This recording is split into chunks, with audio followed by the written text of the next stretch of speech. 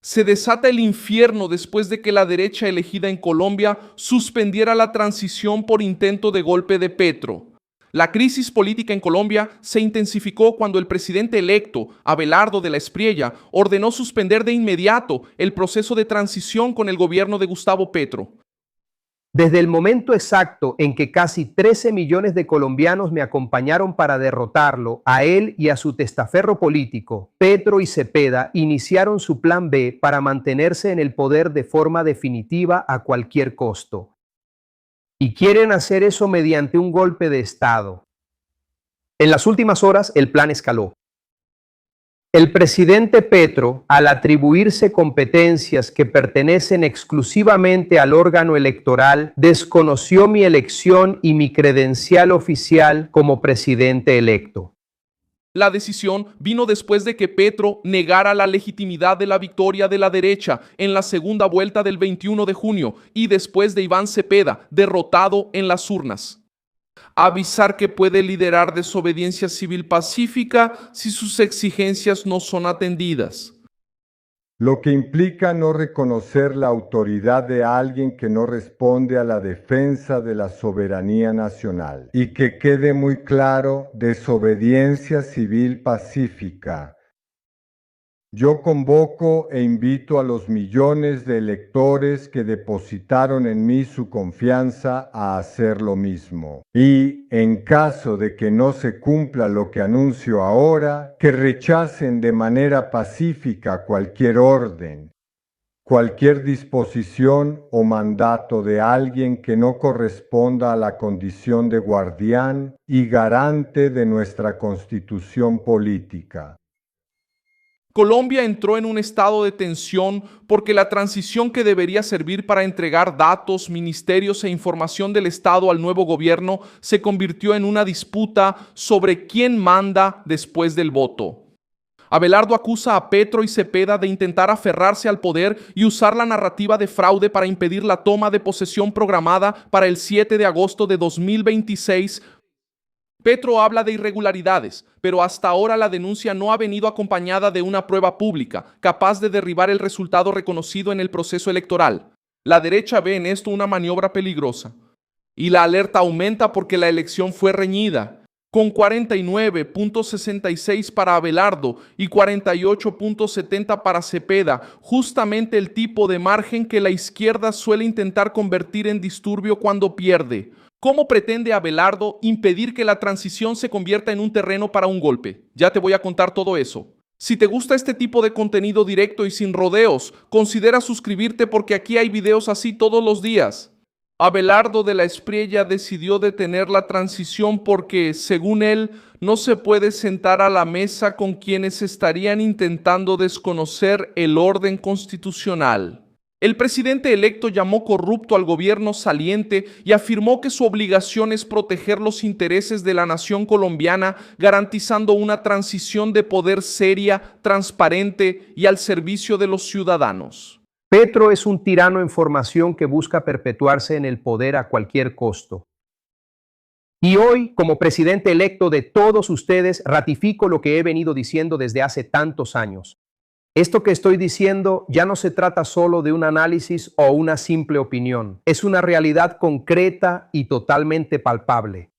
Desde el momento exacto en que casi 13 millones de colombianos me acompañaron para derrotarlo, a él y a su testaferro político, Petro y Cepeda iniciaron su plan B para mantenerse en el poder de forma definitiva, a cualquier costo. Y quieren hacer eso por medio de un golpe de Estado. En las últimas horas el plan escaló.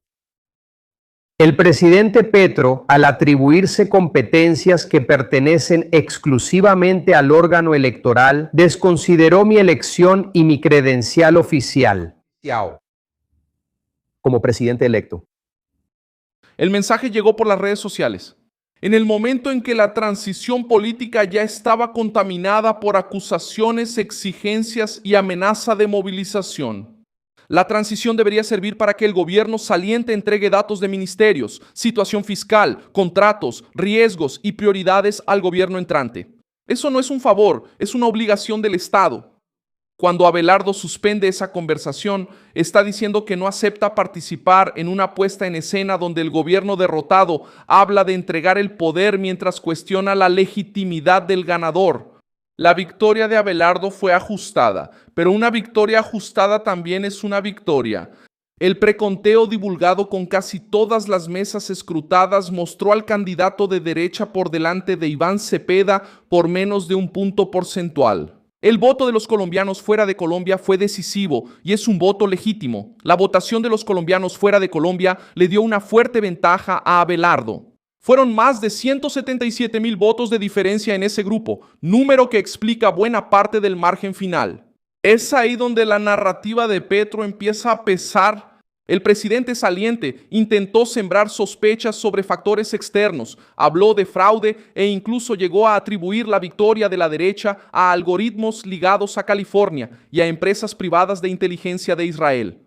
Pero una acusación sin pruebas sólidas no puede convertirse en una herramienta para anular una elección. Observadores internacionales debilitaron la tesis de Petro.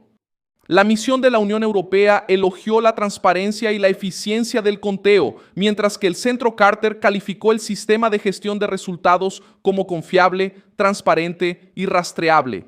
Eso no impide el análisis de quejas formales, pero sí impide que una duda política sea usada como pretexto para desorganizar la toma de posesión del presidente electo. Iván Cepeda entró en la crisis con una postura que encendió aún más la mecha. El senador de izquierda anunció que podría liderar una desobediencia civil pacífica si Abelardo no cumplía con las condiciones antes de la toma de posesión.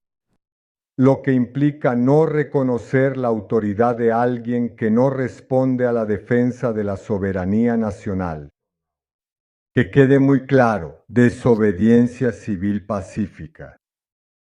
Yo convoco e invito a los millones de electores que depositaron en mí su confianza a hacer lo mismo. Y, en caso de que no se cumpla lo que anuncio ahora, que rechacen de manera pacífica cualquier orden.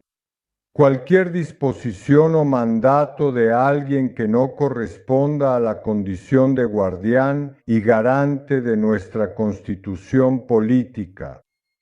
Como nos enseña la desobediencia civil, cuando la ley, las instituciones o la autoridad entran en conflicto con la conciencia moral. Entre las exigencias estaban la renuncia a la ciudadanía estadounidense del presidente electo, garantías sobre seguridad nacional y soberanía judicial, el fin de lo que él llama persecución política y la protección de Gustavo Petro contra cualquier intento de extradición. En la práctica, Cepeda empezó a condicionar el reconocimiento político del nuevo gobierno a exigencias hechas por el grupo derrotado. Abelardo respondió diciendo que no existe resistencia pacífica cuando la intención es justificar un golpe. Para él, Petro y Cepeda estarían usando palabras bonitas para esconder un plan de permanencia en el poder o, como mínimo, de sabotaje al nuevo gobierno antes incluso de la toma de posesión. Gustavo Petro avivó la crisis al decir que no reconocía la legitimidad de la victoria de Abelardo. En cualquier democracia mínimamente seria, el presidente al final de su mandato necesita cuidar de la estabilidad institucional hasta el último día. Lo que se vio fue lo opuesto. Petro entró en el conflicto electoral como actor directo, apoyando la narrativa de fraude de su campo político y aumentando la desconfianza en el periodo más sensible del cambio de poder. La derecha quiere llegar al poder con un equipo formado, una agenda definida y disposición para confrontar el legado de Petro desde el primer día. Abelardo eligió al general retirado, Jorge Eduardo Mora, para comandar la defensa y prometió un cambio radical contra los grupos armados ilegales, narcotráfico, minería ilegal y extorsión.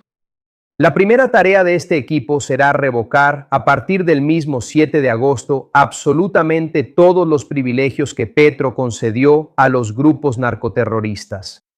La situación más alarmante de todas es la del reclutamiento forzado de menores de edad.